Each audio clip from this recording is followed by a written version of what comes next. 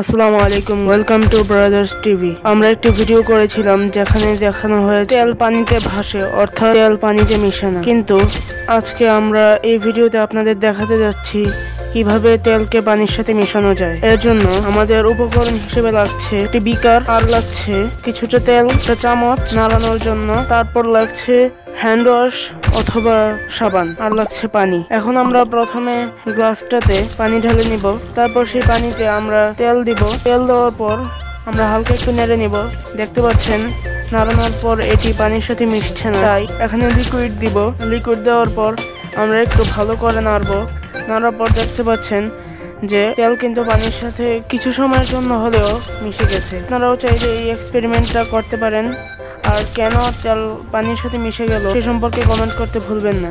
এরকম interesting video পেতে আমাদের চ্যানেলটা সাবস্ক্রাইব করে রাখুন এবং ভালো লাগলে লাইক করে দিবেন আর বন্ধুদেরকে জানাতে শেয়ার করে দিবেন। ধন্যবাদ।